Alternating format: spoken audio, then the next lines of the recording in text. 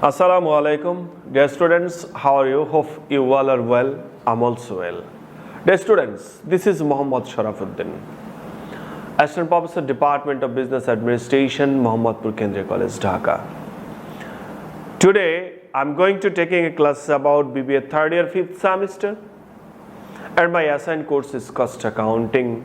And today's topic is an introduction to cost terms and purposes. Dear students, previous classes I was discussed about the method and thought, an introduction to cost terms and purposes. In last class, I was solved a problem about this cost terms and purpose. Today, I'm going to solve another problem about cost terms and purpose. Now, I'm going to discuss about the problem. The Borishal Manufacturing Company submits the following information on December 31st, 2019. Sales for the year 3,14,000. Inventories at the beginning of the year, work in process, finished goods. Purchases of materials for the year 1,40,000. Materials inventory, beginning of the year 3,800, end of the year 4,300, direct labor taka 67,350, factory overhead 1/2 of the labor cost, inventories at the end of the year, work in process taka 6,200, finished goods taka 9,270, other expenses for the year, marketing expense 23,115, administrative expense 17,650. First requirements is a statement of cost of goods sold and second requirements is income statement. প্রিয় ছাত্রছাত্রীরা, Barishal manufacturing কোম্পানির 2019 সালের কিছু তথ্য উপাত্ত এখানে দেওয়া আছে। এই তথ্য উপাত্ত ব্যবহার করে আমাদেরকে cost of goods sold statement তৈরি করতে বলেছে, এরপর একটি ইনকাম স্টেটমেন্ট তৈরি করতে বলেছে। আমি বিগত ক্লাসে অঙ্ক করানোর আগে তোমাদেরকে এই কস্ট স্টেটমেন্টের একটি ফরম্যাট দিয়েছিলাম। তোমরা অবশ্যই ওই ফরম্যাটটাকে ফলো করবে। ওই ফরম্যাটের আলোকেই আমি কস্ট অফ গুডস সোল্ড স্টেটমেন্টটা তৈরি করব। ওই ফরম্যাটের মধ্যে আমি ধারাবাহিকভাবে লিখেছিলাম, একটা জায়গায় এসে কস্ট অফ গুডস সোল্ড লিখেছিলাম। আমরা সেই cost of goods sold statement বলতে ওই স্টেটমেন্টের কস্ট অফ গুডস সোল্ড পর্যন্ত তৈরি করব। প্রিয় ছাত্রছাত্রীরা, আমি প্রথম রিকোয়ারমেন্টস সমাধান করার জন্য একটি শখ করে নিচ্ছি। রিকোয়ারমেন্টস 1,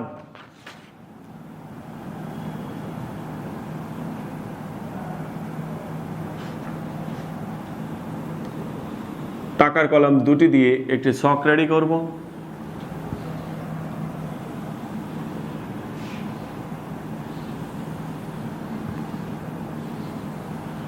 উপরে লিখব statement of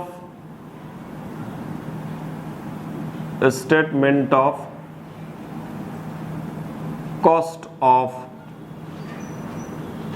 of goods sold.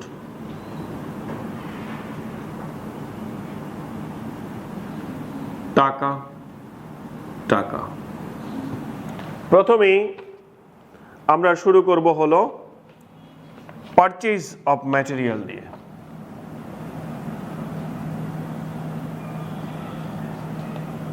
Purchase of materials,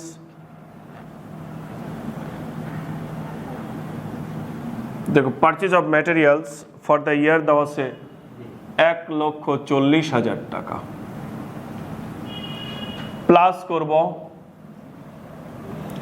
opening র মেটেরিয়াল,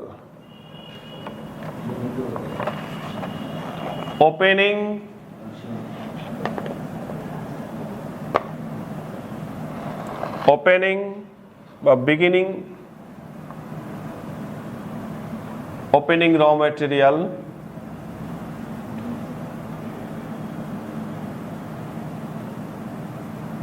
দেখো ওপেনিং র ম্যাটেরিয়ালটা দেওয়া আছে হলো materials inventory beginning of the ইয়ারে 3,800, যোগ করে দিলে 1,43,800, মাইনাস করে দেব এন্ডিং বা ক্লোজিং ইনভেন্টরিটা এন্ডিং র মেটেরিয়াল, দেখো এন্ড অফ দ্য ইয়ারে ম্যাটেরিয়াল ছিল 4300, তাহলে 1,43,800 টাকা থেকে যদি 4,300 টাকা বাদ দিয়ে দিই তাহলে 1,39,500 টাকা আসবে। যে টাকাটা আসলো এটির নাম আমরা বলেছিলাম র মেটেরিয়াল ইউজড। র মেটেরিয়াল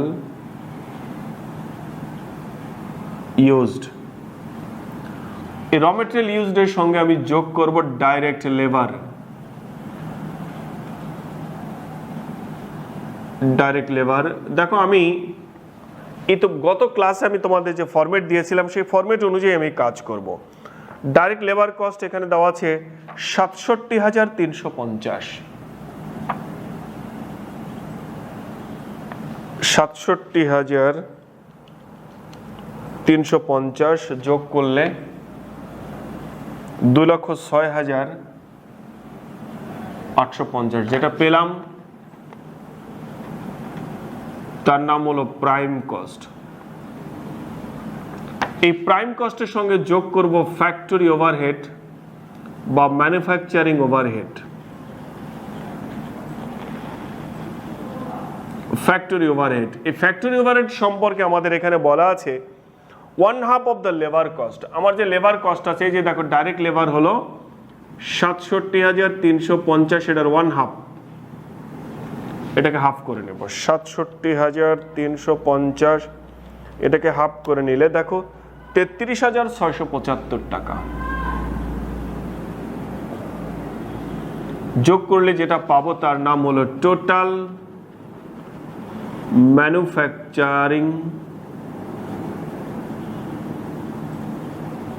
টোটাল ম্যানুফ্যাকচারিং কস্ট। তাহলে 2,06,850 এর সঙ্গে যদি 33,675 টাকা যোগ করে তাহলে পাওয়া যাবে হলো 2,40,525, 2,40,525।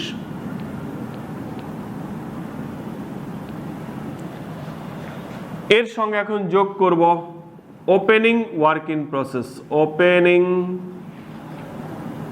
ওয়ার্ক ইন প্রসেস, দেখো অঙ্কের শুরুর দিকে দেওয়া ছিল inventories at the beginning of the year. এই বিগিনিং মানে হলো ওপেনিং, ওয়ার্ক ইন প্রসেসে ছিল 4,600। এই 4,600 টাকা যদি ওপেনিংটা যোগ করে দেই তাহলে 2,45,125। এখান থেকে মাইনাস করব হলো এন্ডিং ওয়ার্ক ইন প্রসেস, সমাপনী ওয়ার্ক ইন প্রসেসটা আমরা বিয়োগ দেব। দেখো inventories at the end of the ইয়ারে ওয়ার্ক ইন প্রসেস দেওয়া আছে 6,200 টাকা। আমরা 6,200 টাকা যদি এখন বিয়োগ দিই এখান থেকে তাহলে পাবো 2,38,925, যেটা পেলাম এটার নামই হলো উৎপাদন ব্যয় বা ম্যানুফ্যাকচারিং কস্ট। এই ম্যানুফ্যাকচারিং কস্টের সঙ্গে আমরা যোগ করব ওপেনিং ফিনিশড গুডস,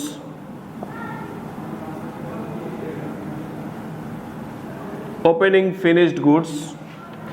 দেখো inventories at the beginning of the ইয়ারে ফিনিশড গুডস আছে 5,900, আমার ফিনিশড গুডসের প্রারম্ভিক মজুদটা যোগ করব, যোগ 5,900 যোগ করলে 2,44,825।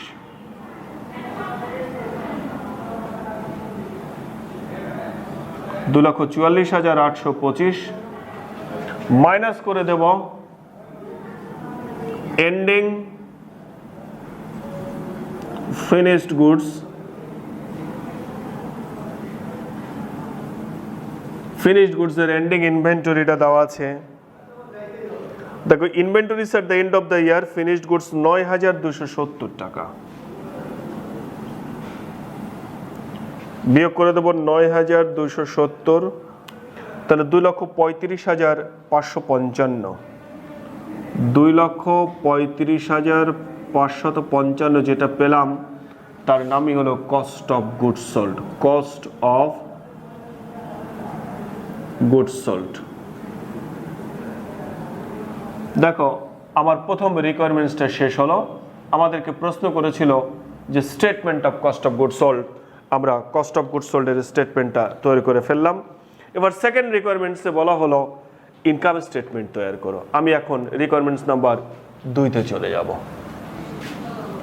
রিকোয়ারমেন্টস 2, এই ইনকাম স্টেটমেন্ট তৈরি করার জন্য আমরা টাকার কলাম 2টি দিয়ে একটি ছক রেডি করব।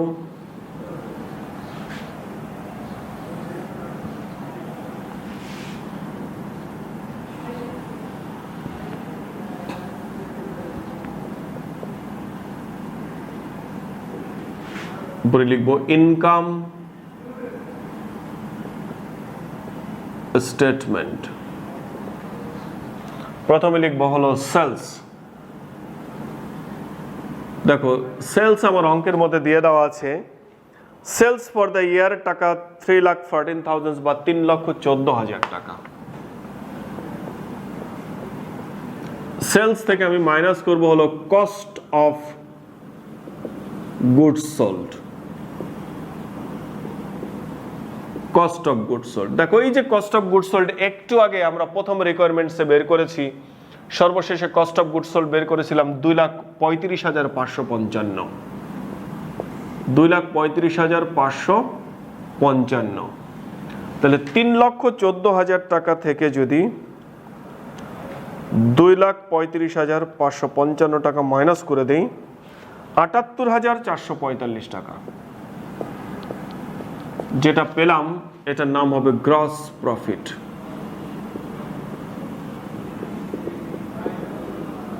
Gross profit.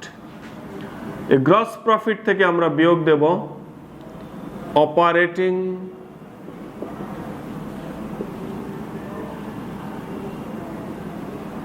এক্সপেন্সেস। আমি একটু আন্ডারলাইন করে নেব। দেখো অপারেটিং এক্সপেন্সেস এর মধ্যে এই যে শেষে যে আদার এক্সপেন্সেস ফর দ্য ইয়ার, এটি প্রথমে লিখব marketing expense.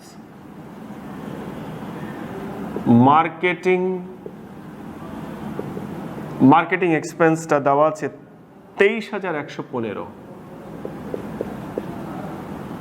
Administrative expense, administrative expenses এটি দেওয়া আছে 17,650। আর কোনো অপারেটিং এক্সপেন্স নেই। তাহলে দেখো 23,115 যোগ 17,650, 40,765। তাহলে 78,445 থেকে যদি 40,765 বিয়োগ দিই, তাহলে যেটি বেরোবে 37,680। এটাকে বলবো নেট ইনকাম। Net income. দেখো আমার আর কোনো খরচ বা আদার্স কোনো ইনকাম এখানে দেওয়া নেই, তাই এটাই নেট ইনকাম হিসাবে পরিগণিত হবে। আমার প্রিয় ছাত্রছাত্রীরা, দেখো এই সমস্যাটি আমি এই জায়গায় সমাধান করা শেষ করলাম। তোমরা সবাই মনোযোগ সহকারে অঙ্কটি দেখে প্র্যাকটিস করবা, আশা করি কোনো সমস্যা থাকবে না। এরপরেও সমস্যা বের হলে আমাকে জানাবে। তোমরা সবাই নিরাপদে থাকবে, ভালো থাকবে। আল্লাহ হাফেজ।